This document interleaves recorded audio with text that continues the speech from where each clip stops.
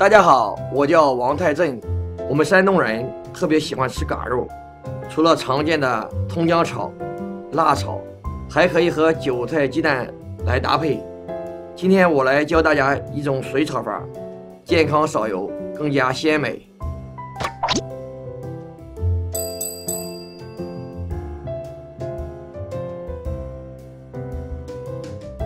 除了花蛤，大家可以选用其他的贝类。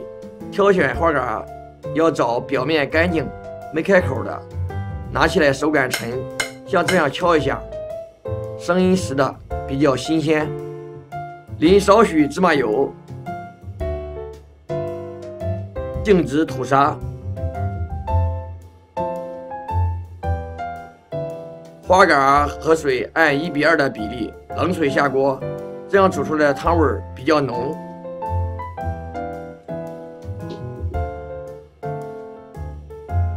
煮到刚开口，捞出，蛤汤盛出备用。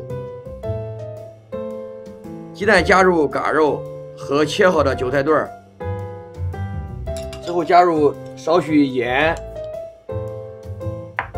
少许胡椒粉和生抽调味，搅拌均匀。锅烧热后，倒入少许油花锅，炒蛋一定要热锅凉油，这样才不会粘锅。倒入蛋液，快速翻炒至70%熟。加入蛤汤，这一步一定要快，不然容易炒老。这样半汤半菜，鲜香滑嫩的韭菜鸡蛋爆蛤肉就好了。